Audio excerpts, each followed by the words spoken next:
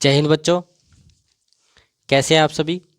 I hope आप सब ठीक होंगे, एकदम फर्स्ट क्लास होंगे, केमिस्ट्री की तैयारी कर रहे होंगे। मैं हूं आपका प्यारा भाईजान, जो हमेशा आपकी यहां पर केमिस्ट्री रिलेटेड प्रॉब्लम सॉल्व करने की कोशिश करता हूं। ठीक है। और कल हमने एक नया टॉपिक शुरू किया था, हेनरी लो। हेनरी लो नया टॉपिक शुरू किया था, जिसके ऊपर हमने एक कंसेप्चुअल और एक न्यूमेरिकल किया था। ठीक है। और आज भी हम उसके ऊपर कुछ कंसेप्चुअल क्वेश्चंस और कुछ न्यूमेरिकल क्वेश्चंस करेंगे, और साथ ही साथ एक नया टॉपिक पढ़ेंगे जिसका नाम है वेपर प्रेशर। क्या है? Vapour pressure. साथ ही साथ क्या पढ़ेंगे? वेपर प्रेशर पढ़ेंगे। ठीक है। तो क्लास के एंड तक बने रहिएगा। ठीक है। तो चलिए शुरू करते हैं अपनी क्लास। ठीक है। ये कल के क्वेश्चंस हैं जो कल कराया था मैंने आपको, कंसेप्चुअल क्वेश्चन। ठीक है। और एक न्यूमेरिकल कराया था इसके साथ साथ। ठीक है। तो क्वेश्चन शुरू करते हैं अपना।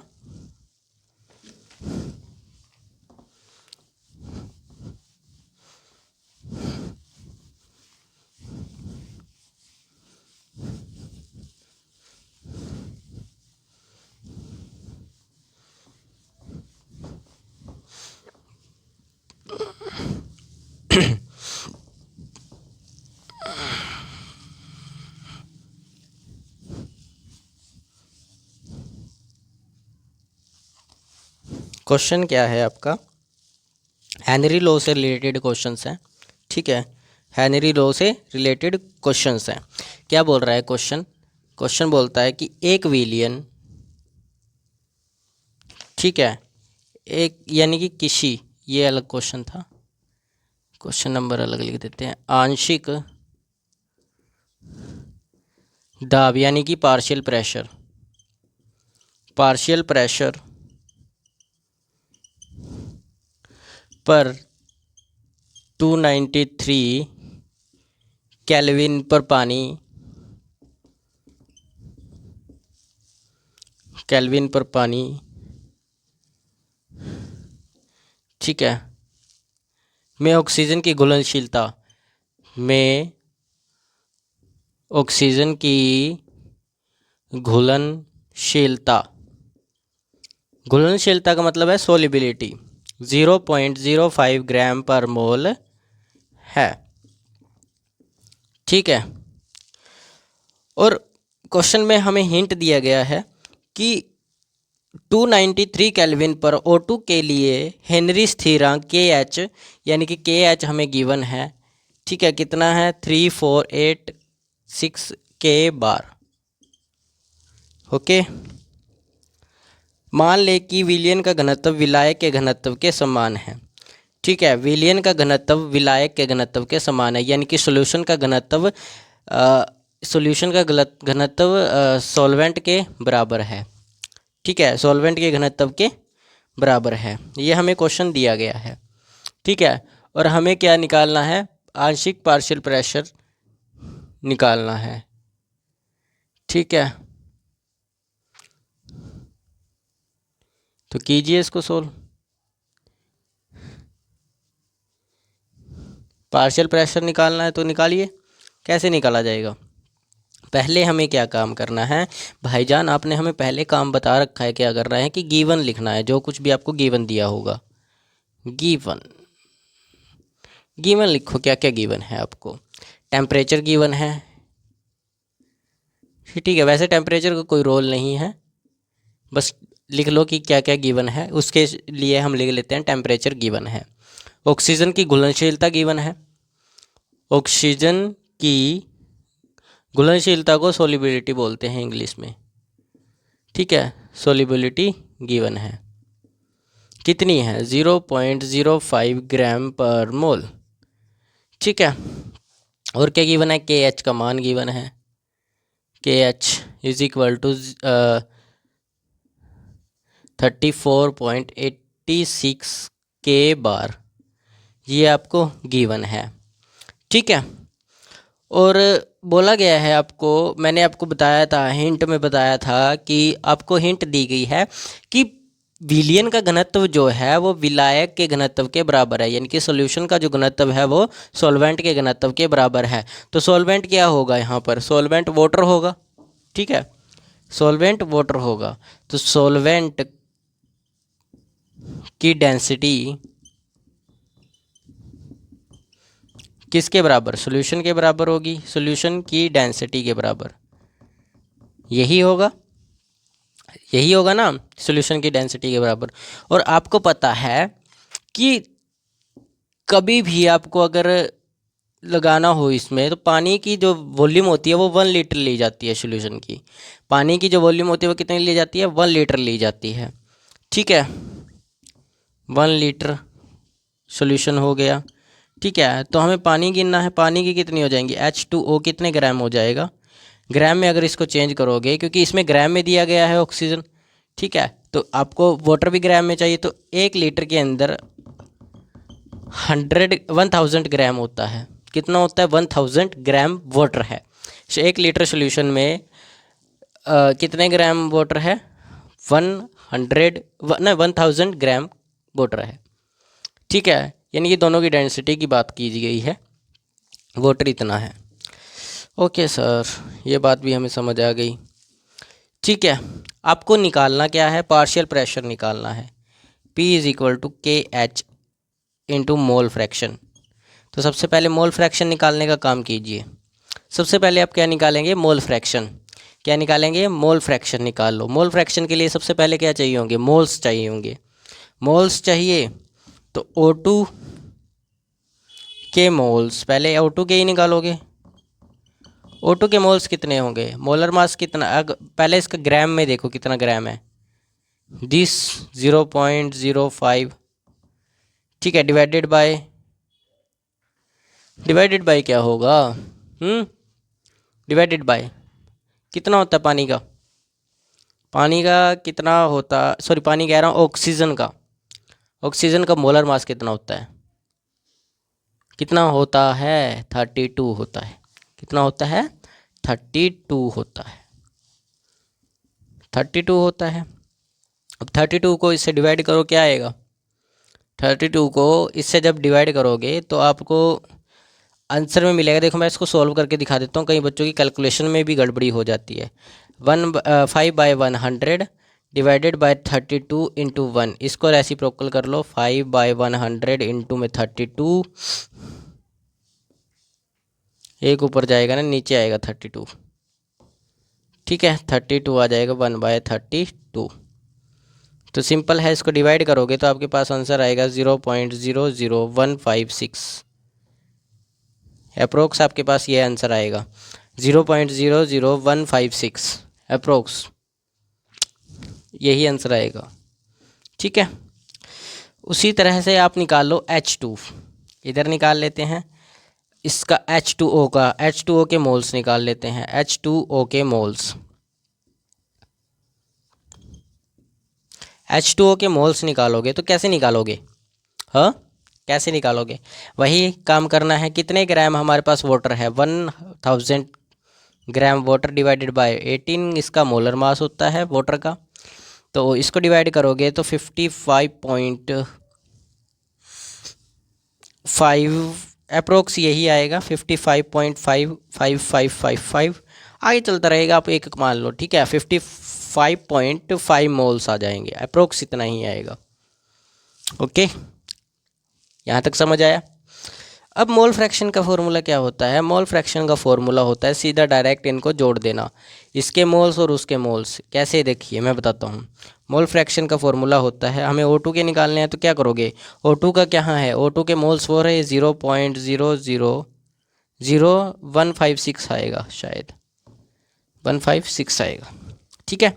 और नीचे total moles 55.5 in plus of 0.0156, ठीक है। अब ये जो है ये बहुत कम है, O2 जो है बहुत कम है। ये देखिए ना, कहाँ गया? ऑक्सीजन की मात्रा बहुत कम है, जिस कारण अगर विलय की मात्रा बहुत कम होती है तो हम उसके मोल्स को टोटल मोल्स में नहीं जोड़ते हैं, ठीक है, टोटल मोल्स में नहीं जोड़ते हैं। अगर विलेय की मात्रा बहुत कम हो, ज़्यादा कम हो, ठीक है, तो इसकी बहुत ज़्यादा कम है तो इसको नहीं मानेंगे। तो हम क्या करेंगे, XO2 डिवाइडेड बाय ये जो है ये हटा देंगे, ये आ जाएगा आपका 0.0156 आ जाएगा डिवाइडेड बाय 55.5। ठीक है, इतना आपका मोल फ्रैक्शन निकल आएगा। और इसको जब आप डिवाइड करोगे तो डिवाइड करके देख लो इसको क्या आएगा, मैं निकाल देता हूँ डिवाइड करके।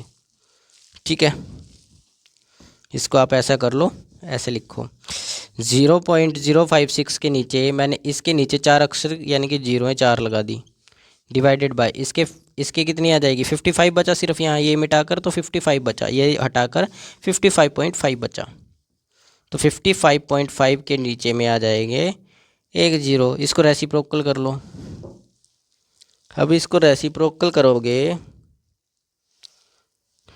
रेसिप्रोकल करने पर हमारे पास आंसर बचेगा, उधर लिखने के लिए जगह है। ठीक है, रेसिप्रोकल किया तो XO2 is equal to 156 divided by 10,000 sorry into में 10/55.5 आ जाएगा अप्रोक्स, यही आएगा। 1 0 से 1 0 कैंसिल आउट। ठीक है, अब इसको आप करोगे तो 2.8 अप्रोक्स आएगा, इनटू में ये 3 जीरो हैं, ये यहाँ पर आ जाएंगी माइनस के 3। अब इसको कैलकुलेट करके निकालना होगा, कैसे ही करके निकाल लेना, आपका अप्रोक्स यहीं पे आएगा, मेरे पास निकाला हुआ है तो मैं आपको लिख देता हूँ सीधा, -5 आएगा। ठीक है, 2.8 इंटू 10⁻⁻5। ओके, ये question nits JEE NDA level है। ठीक है, अब आप क्या करोगे, पार्शियल प्रेशर आपको निकालना है, KH का मान है 34.86, मोल फ्रैक्शन आपने निकाल लिया, वैल्यू यहाँ पर पुट कर दो और 10⁻⁻5 इज इक्वल टू P आ जाएगा। अब इसको आप जैसे ही मल्टीप्लाई डिवाइडिंग कुछ भी करोगे आपके पास आंसर निकल ही आएगा यार। ठीक है ना, आंसर निकल आएगा। इसको मल्टीप्लाई कर लो कैसे ही करके, कैसे ही क्या करो सर, फिर आप भी मल्टीप्लाई, यहाँ 100 है, यहाँ पर भी आ जाएगा 1 0 यहाँ पर। ठीक है, अब इसको इससे मल्टीप्लाई कर लो, 28 को 28 86, ये 56 होता है, 2 जा 34 है ना, यहाँ पर तो 1 पर जाएगा, बचा 6 बचा, ऊपर से उतारा आपने 1 8, तो ये 2 पे चला जाएगा, क्या बचेगा इसको 18 8 8 56 बचेगा, 56 होगा ये, 56 में से कितना हमारे पास बचा 68, 56 में से 68 4 और 12 बचेगा, अप्रोक्स हमारे पास 12 बचेगा। तो 12 ऊपर से उतारा 6, तो 28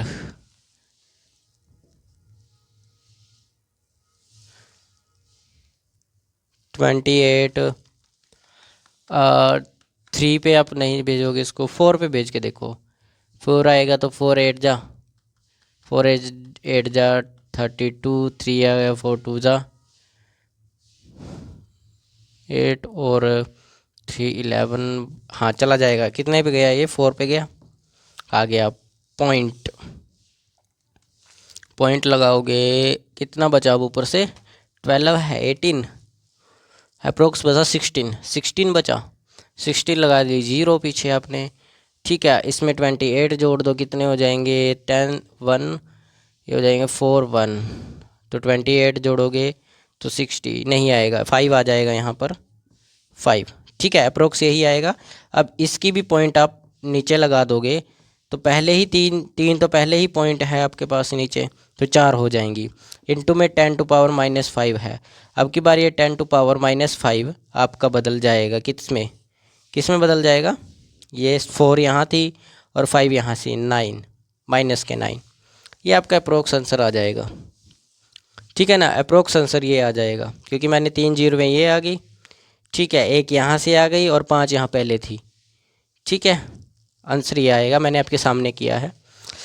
अब आप लोग इसको डिवाइड करके देख लेना, आपका आंसर यही आएगा। मल्टीप्लाई करोगे तो आंसर यही आ जाएगा।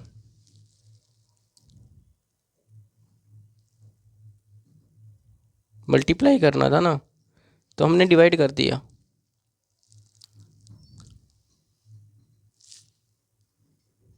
हमने इसको डिवाइड कर दिया है।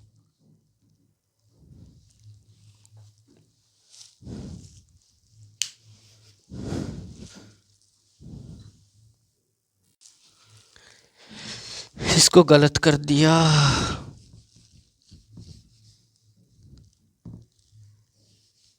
मल्टीप्लाई करना था हमें इसको। तो 3486 इंटू में 100 इंटू 2.8 डिवाइडेड बाई 10 आ जाएगा। इंटू में आएगा 10⁻⁻5। ओके, इसको मल्टीप्लाई करोगे आप इससे इसको मल्टीप्लाई करोगे तो आपके पास, मैं निकाल ही लेता हूँ आंसर, 3486 28 आ जाएगा। 8 6 48 4 हासिल 8 64 और 4 आएगा 68 6 हासिल 8 चौक 32 6 38 3 हासिल 8 3 24 और 3 27। ओके, 2 6 12 1 2 8 16 17 1 2 आप इसको करोगे 2 4 8 और एक 9 2 3 6 इसको कर दो 6, ये आ जाए 8, ये आ गया आपका आ जाएगा 10 1 9 यानी कि 16 1 6 8 और 9 कितने होते हैं 17 और 3 9 अप्रोक्स ये आएगा 97608 डिवाइडेड बाय 1000, ये आ गया 1000। 10⁻⁻5 यहाँ पर लगा दो, या तो ये आएगा या आपका ये भी बन सकता है 608 इंटू 10⁻⁻8, या फिर ये बना लो, यहाँ पर पॉइंट लगा दिया, या ये होगा या ये होगा, कोई सा भी लगा लो, इनमें से दोनों सही है, एक ही बात है दोनों में। ठीक है, लिखो इसको, फिर हम आगे चलते हैं।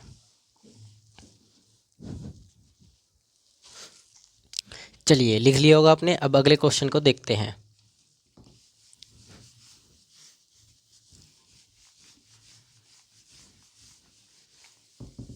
आज थोड़ी भाईजान की तबीयत ख़राब है, इसीलिए आराम से बोल रहे हैं, थोड़ा गले में खराश है। ओके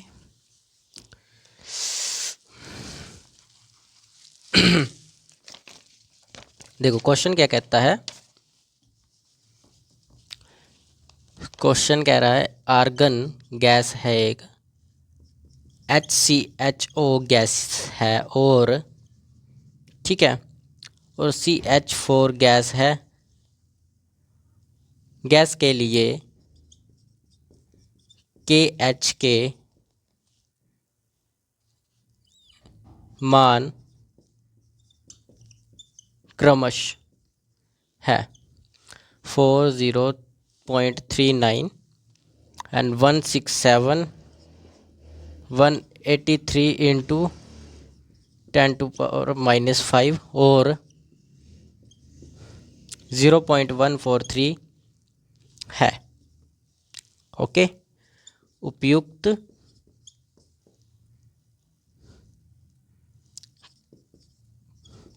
कारण देते हुए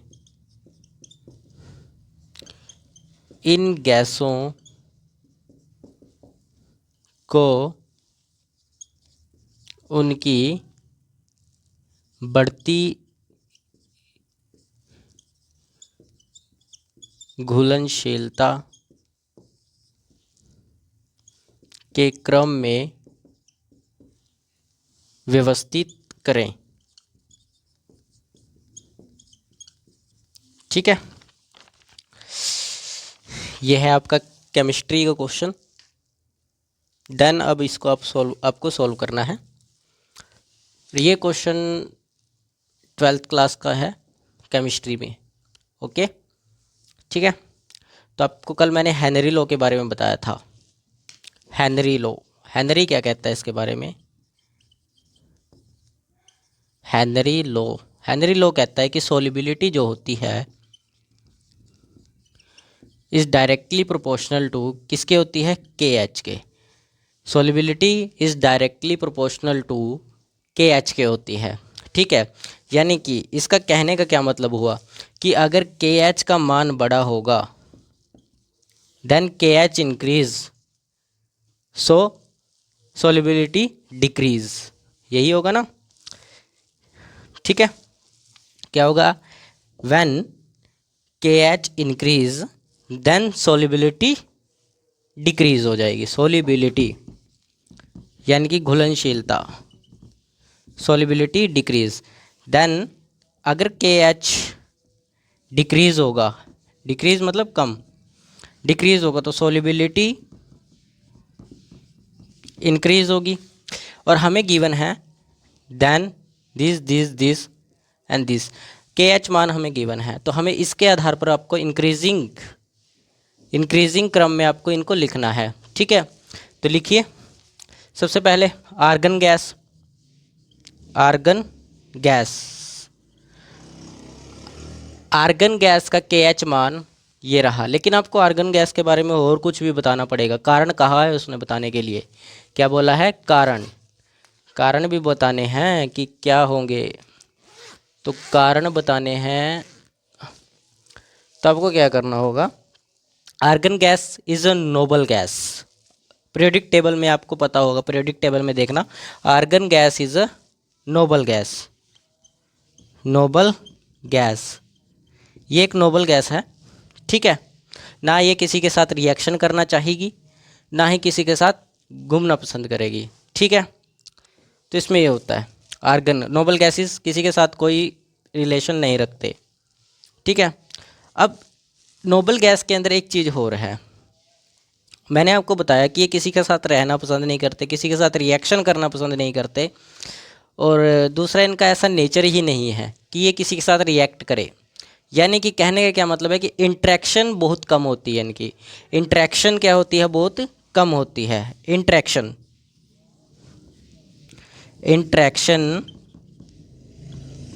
बहुत कमज़ोर होती है इनकी। ठीक है, वेरी वीक इंट्रैक्शन, एक दूसरे को खींचने की क्षमता बहुत कम होती है। यानी कि किसी के साथ जब रिएक्शन ही नहीं करते तो इसका मतलब क्या है? इनकी इंट्रैक्शन क्षमता बहुत कमज़ोर है। ठीक है, और इनका के एच मान देखिए, सबसे ज़्यादा के एच मान इसी का दिया गया है, सबसे ज़्यादा, वेरी मोर देन। ओके, तो के एच मान भी इसका सबसे ज़्यादा है। के एच मान क्या है? इसका इंक्रीज़ है, यानी कि बड़ा है। तो इसका मतलब क्या हुआ? अगर के एच मान बढ़ा तो इसका मतलब सॉल्युबिलिटी कम घुलेगा ये। ठीक है, किसमें? सोलवेंट के अंदर ये कम घुलेगा। इतना समझ आया? अगर के एच मान बढ़ा सॉल्युबिलिटी कम, के एच छोटा तो सॉल्युबिलिटी ज़्यादा, यही होगा ना?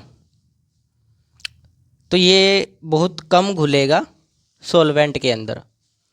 ओके, विलायक के अंदर ये बहुत कम घुलेगा, बहुत कम सॉल्युबिलिटी हिंदी में लिखेंगे इसको घुलनशीलता, बहुत कम घुलनशीलता।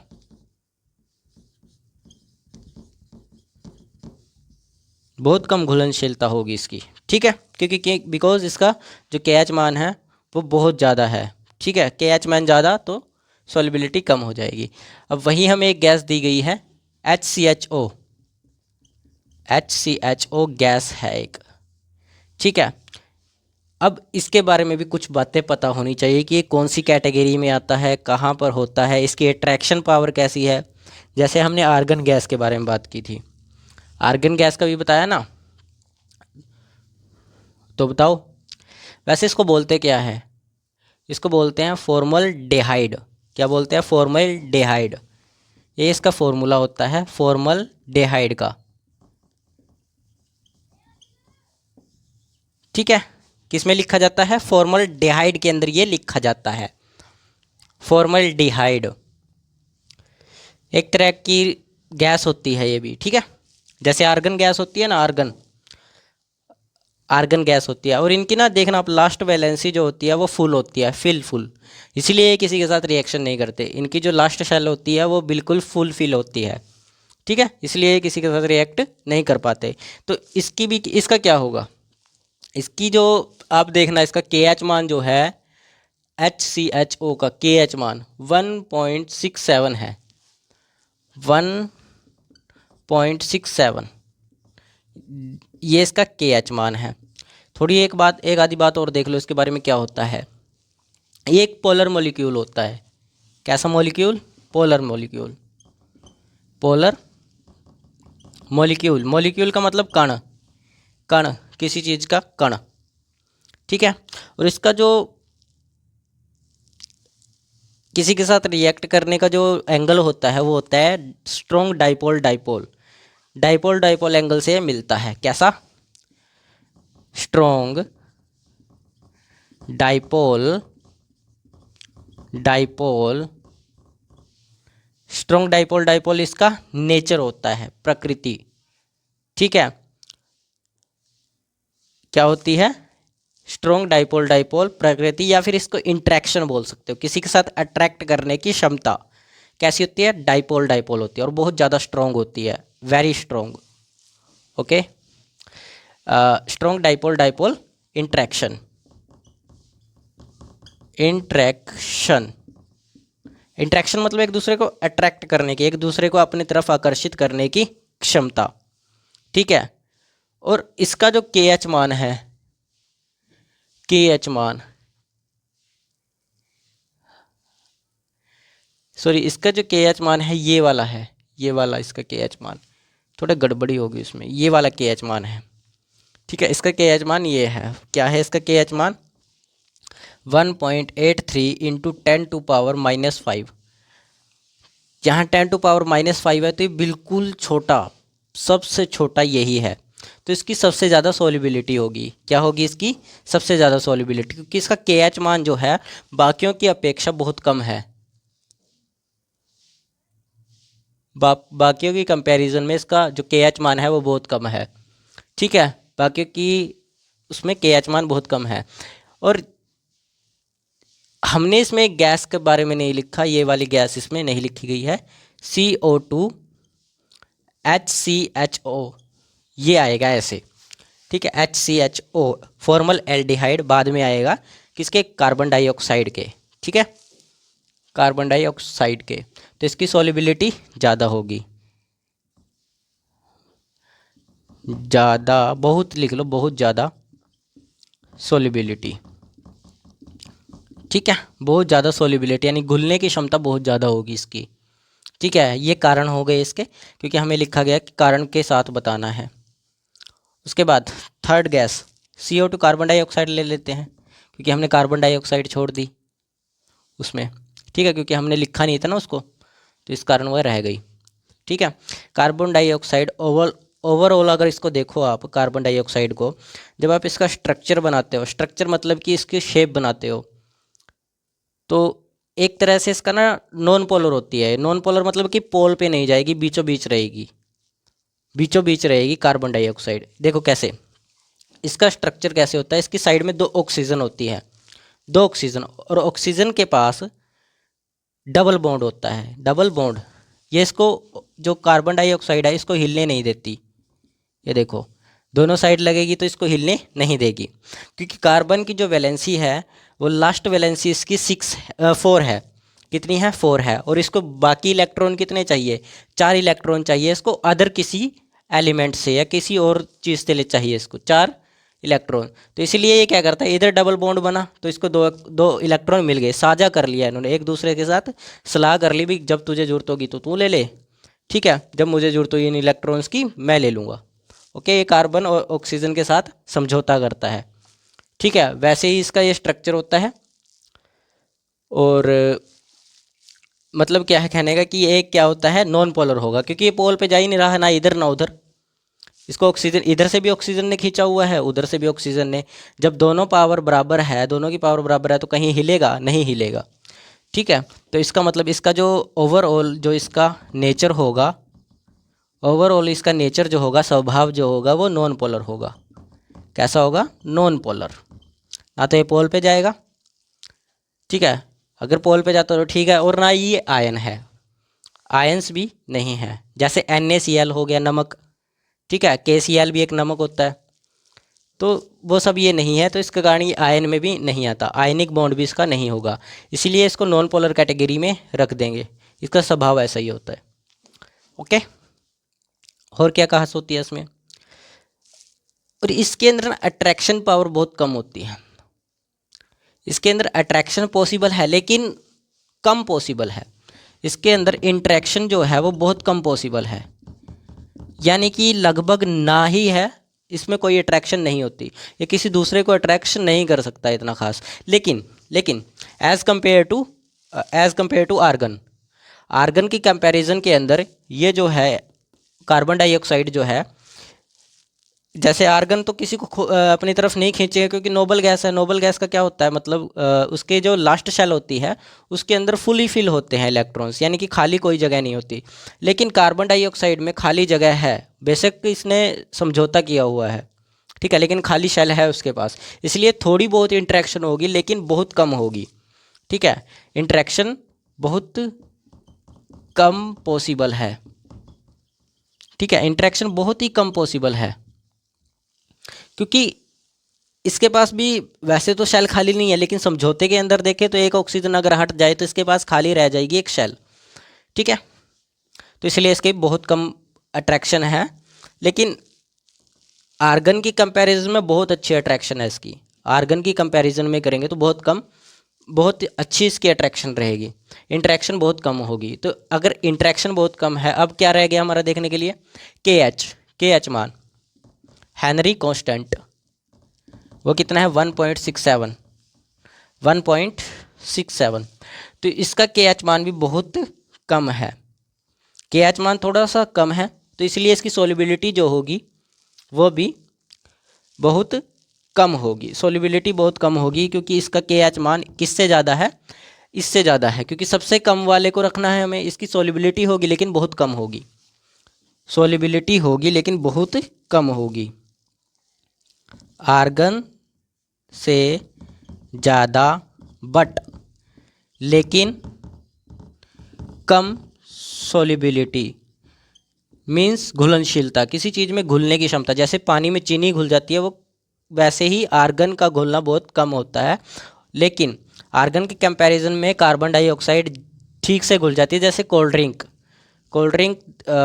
देखा है, उसके अंदर जो गैस होती है ना भरी हुई, वो कार्बन डाइऑक्साइड होती है। कोल्ड ड्रिंक के अंदर कार्बन डाइऑक्साइड, जब बोतल खोलते हैं ना उसकी कोल्ड ड्रिंक की, तो उसके अंदर से गैस निकलती है जिसको कार्बन डाइऑक्साइड बोलते हैं, ठीक है, कार्बन डाइऑक्साइड होती है उसमें। ओके, समझ आया? इसलिए इसकी सोलिबिलिटी बहुत कम होगी। एक गैस हो रहा है हमारे पास, मीथेन, CH4, इसको मीथेन बोलते हैं, मीथेन। ओके, ये है फोर्थ गैस, क्योंकि हमें इसको बढ़ती हुई इंक्रीजिंग क्रम में लगाना है, तो इंक्रीजिंग में लगाने के लिए हमें इसका भी पता होना चाहिए कि क्या होता है। मीथेन गैस क्या है, कौन सी कैटेगरी में मीथेन गैस को रखा गया है? सबसे पहले इसका जो नेचर होगा, यानी कि स्वभाव होगा, व्यवहार जो इसका होगा, वो नॉन पोलर होगा, क्योंकि ये भी नहीं जाएगा। देखो, इसकी भी चारों तरफ हाइड्रोजन लगी है, देन देखो, इधर भी हाइड्रोजन, इधर भी हाइड्रोजन, इधर भी हाइड्रोजन, इधर भी हाइड्रोजन, चारों तरफ हाइड्रोजन है, तो ये कहीं नहीं जाएगा, बीच में अटका रहेगा, इसलिए ये क्या हो गया? नॉन पोलर हो गया, नॉन पोलर हो गया, ठीक है, क्या हो गया? नॉन पोलर हो गया। और देखा जाए तो मीथेन जो है वो बहुत ही छोटा मॉलिक्यूल है। क्या है? बहुत ही छोटा मॉलिक्यूल है, बहुत छोटा मॉलिक्यूल,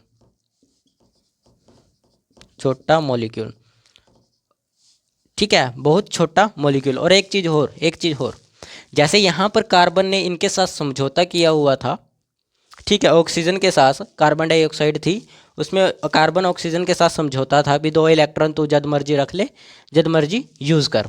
लेकिन कार्बन और हाइड्रोजन के बीच में भी देखो, इसके पास भी 1 इलेक्ट्रॉन है, इसको भी लास्ट शेल में 4 इलेक्ट्रॉन चाहिए।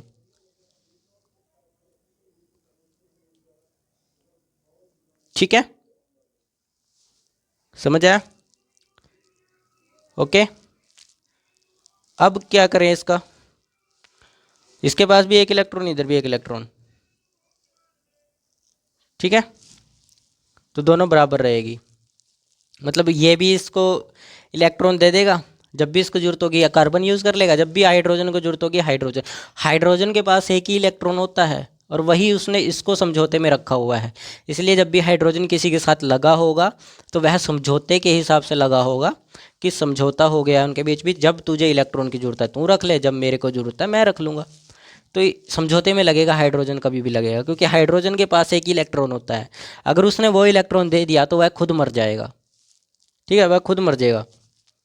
इतना समझ आया? तो ये बहुत छोटा मॉलिक्यूल होता है, छोटा मॉलिक्यूल है तो इसकी इंट्रैक्शन भी बहुत छोटी होती है। क्या होती है? इंट्रैक्शन भी बहुत छोटी होती है। लेकिन as compare to carbon dioxide and argon, इसकी जो इंट्रैक्शन पावर है वो बहुत ज़्यादा होगी। किसकी कंपैरिजन में? कार्बन डाइऑक्साइड की। और आर्गन की कंपैरिजन में मीथेन की जो इंट्रैक्शन पावर है, किसी को अपनी तरफ अट्रैक्ट करने की जो पावर है वो बहुत ज़्यादा होगी। ठीक है, इंट्रैक्शन पावर ज़्यादा होगी, इंट्रैक्शन बहुत ज़्यादा होगी, इंट्रैक्शन बहुत ज़्यादा होगी किसकी? As compare to carbon dioxide और आर्गन। लेकिन इसकी मीथेन से ज़्यादा होगी, यानी कि फॉर्मेल्डिहाइड की से मीथेन से बहुत ज़्यादा होगी। ठीक है, तो और इसका KH मान चेक करना है, KH हेनरी कांस्टेंट चेक करो, 0.413, 0.413, यानी कि इसकी सोलिबिलिटी कम होगी, लेकिन एज कंपेयर टू किससे ज़्यादा? कार्बन डाइऑक्साइड और ऑर्गन से ज़्यादा होगी। आर्गन और कार्बन डाइऑक्साइड से ज़्यादा सोलिबिलिटी, बट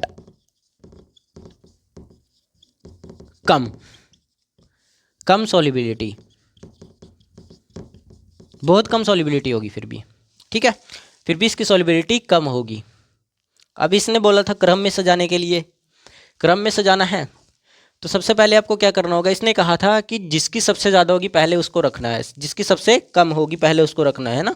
तो सबसे कम आर्गन, पहले नंबर पर आर्गन आ जाएगा, दूसरे नंबर पर कार्बन आ जाएगा, तीसरे नंबर पर मीथेन आ जाएगा और चौथे नंबर पर फॉर्मल्डिहाइड आ जाएगा। यानी कि सबसे ज़्यादा सोलिबिलिटी फॉर्मल्डिहाइड की होगी, HCHO की। ओके, तो इसको लिखो, फिर हम करते हैं। और मैं इसका आंसर यहाँ पर टाइप कर देता हूँ, यहाँ पर लिख देता हूँ। क्या होगा? पहले आर्गन होगी, आर्गन से ज़्यादा किसकी होगी? कार्बन डाइऑक्साइड की होगी, कार्बन डाइऑक्साइड से मीथेन की होगी, मीथेन से ज़्यादा HCHO फॉर्मल्डिहाइड की होगी। किसकी होगी? फॉर्मल्डिहाइड की होगी। ठीक है, लिखो, फिर हम आगे चलते हैं नेक्स्ट क्वेश्चन की तरफ। ये कंसेप्चुअल क्वेश्चन होता है, कंसेप्चुअल क्वेश्चन हमेशा नेट और NDA और JEE में पक्का पूछा जाता है। ठीक है, और ये 12th क्लास का तो है ही है। ठीक है, लिखो, फिर आगे चलते हैं। देखो, अब हम अगला टॉपिक शुरू करते हैं, vapour pressure. Vapour pressure, vapour pressure बहुत ही आसान चीज़ है और केमिस्ट्री में तो ये होती है, केमिस्ट्री, रासायनिक विज्ञान। ठीक है, वेपर प्रेशर भी प्रेशर से रिलेटेड ही है, पार्शियल प्रेशर की ही बात होती है इसमें।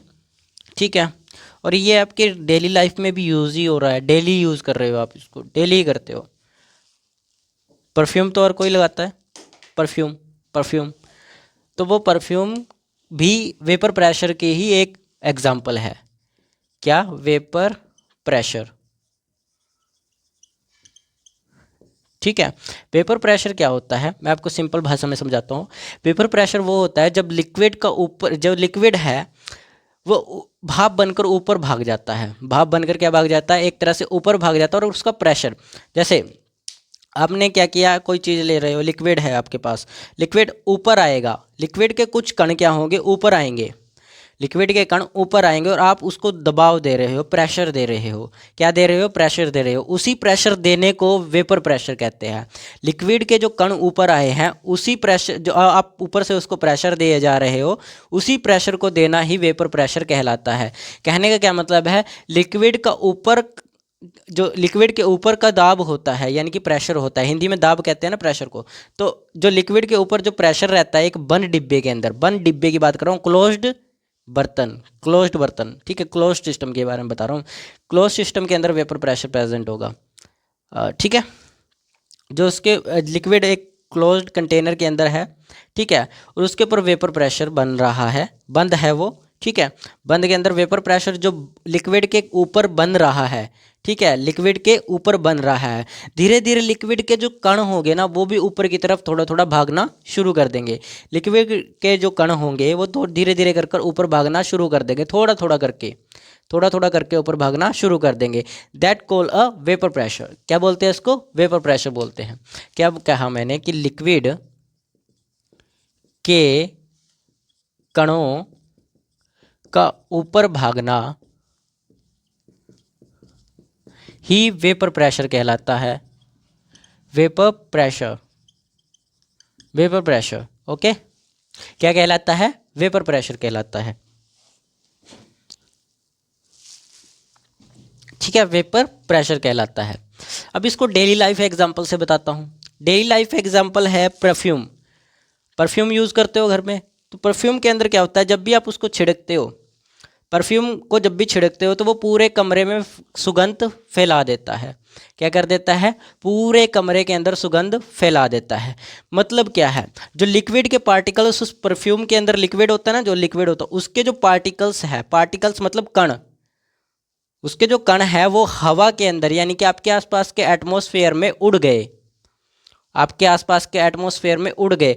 जो उड़ने से उनका प्रेशर बना, उड़ने से जो प्रेशर बना, that call a vapour pressure. उसी को क्या बोलते हैं?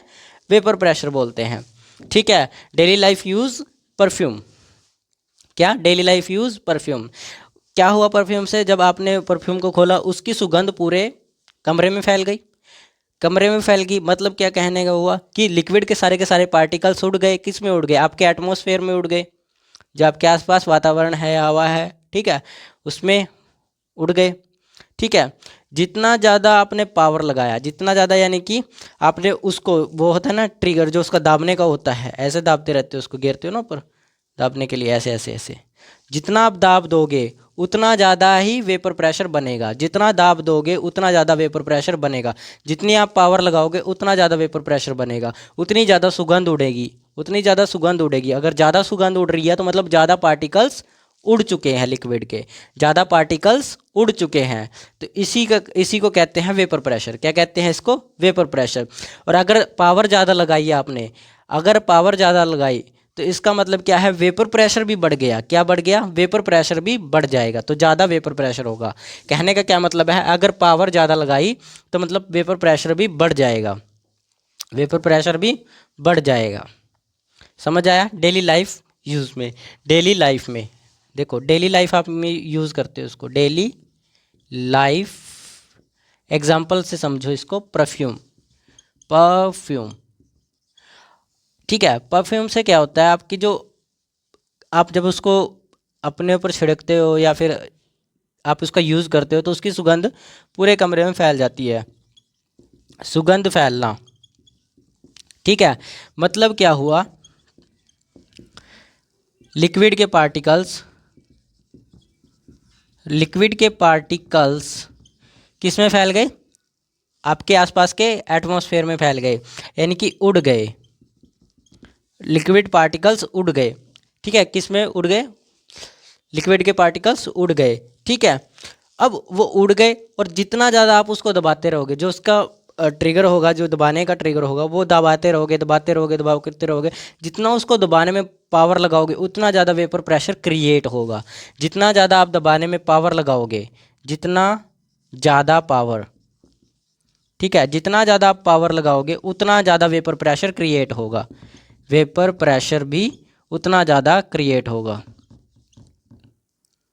प्रेशर उतना ज़्यादा वेपर प्रेशर बनेगा, उतना ज़्यादा ही वेपर प्रेशर बनेगा। अब लिक्विड लिक्विड में कैसे होगा? अब अलग अलग तरीके से होता है ना, लिक्विड लिक्विड फॉर्म में कैसे होगा? अगर कोई हमारे पास लिक्विड का सोल्यूशन है तो उसमें कैसे होगा? ठीक है, लिक्विड लिक्विड सोल्यूशन में कैसे होगा?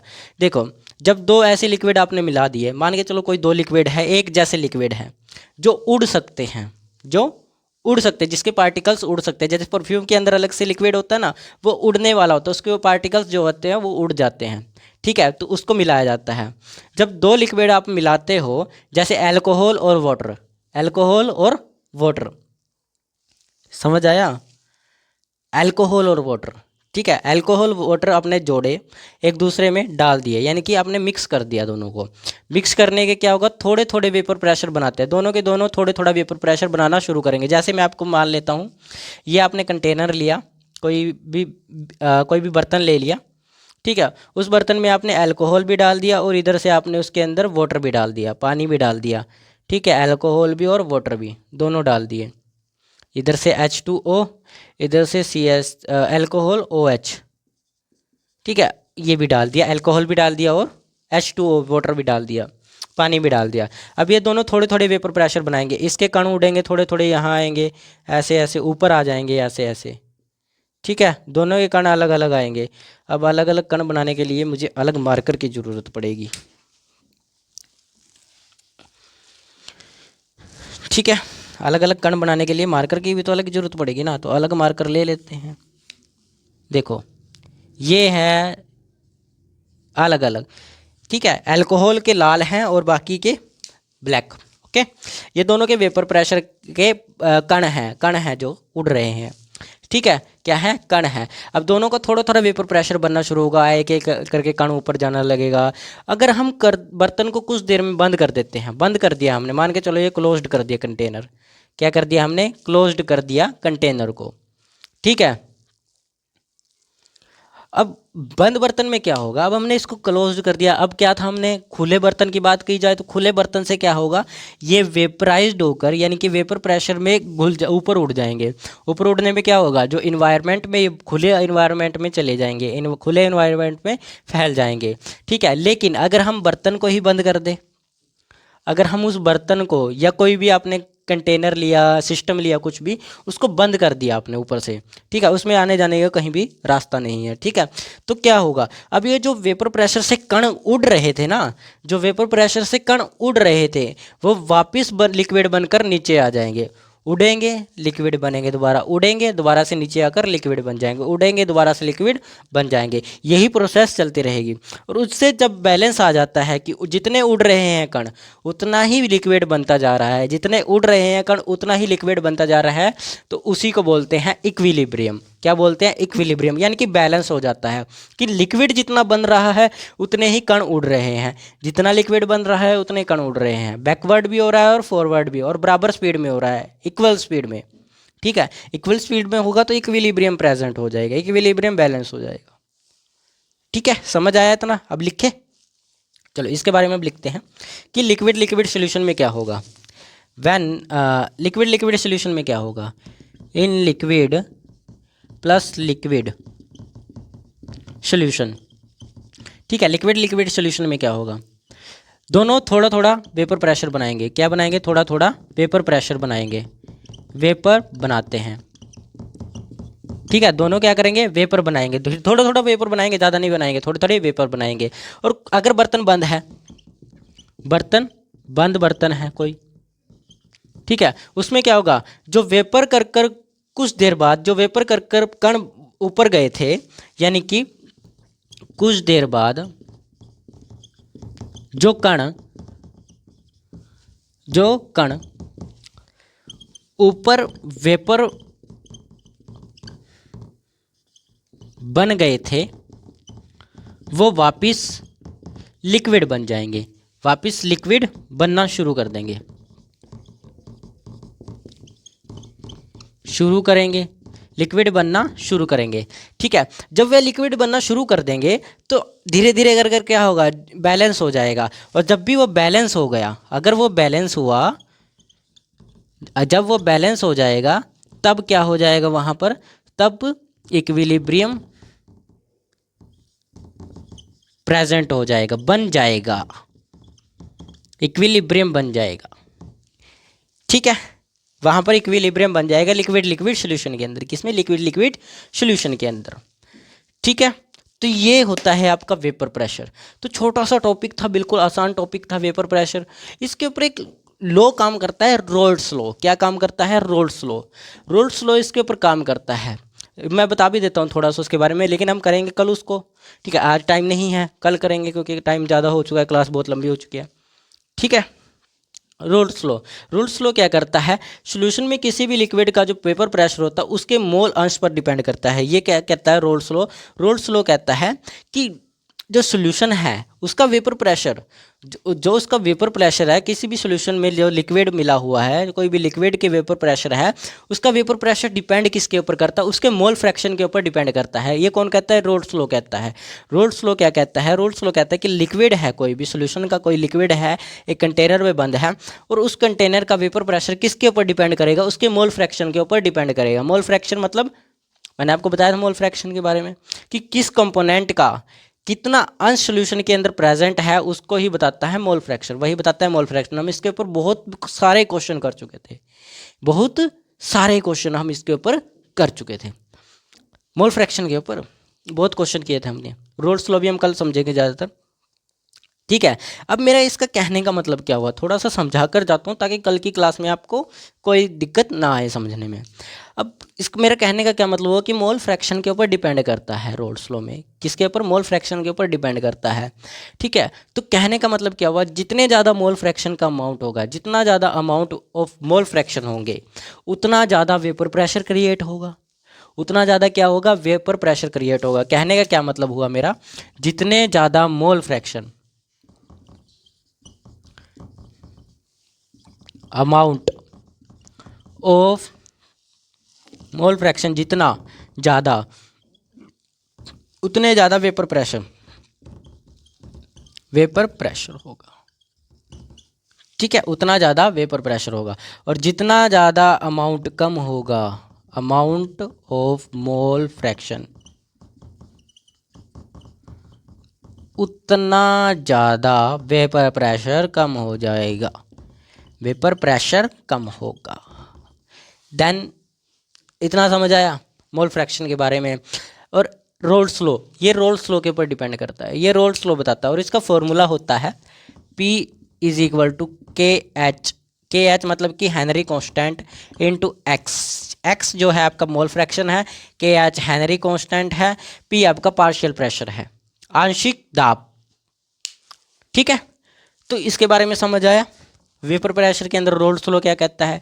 रोल्स लॉ को हम कल देखेंगे, आज के लिए हम इतना ही करेंगे। अच्छे से समझ आ गया हो तो प्लीज़ वीडियो को लाइक करना, ठीक है, और चैनल को सब्सक्राइब करना। जय हिंद, जय भारत।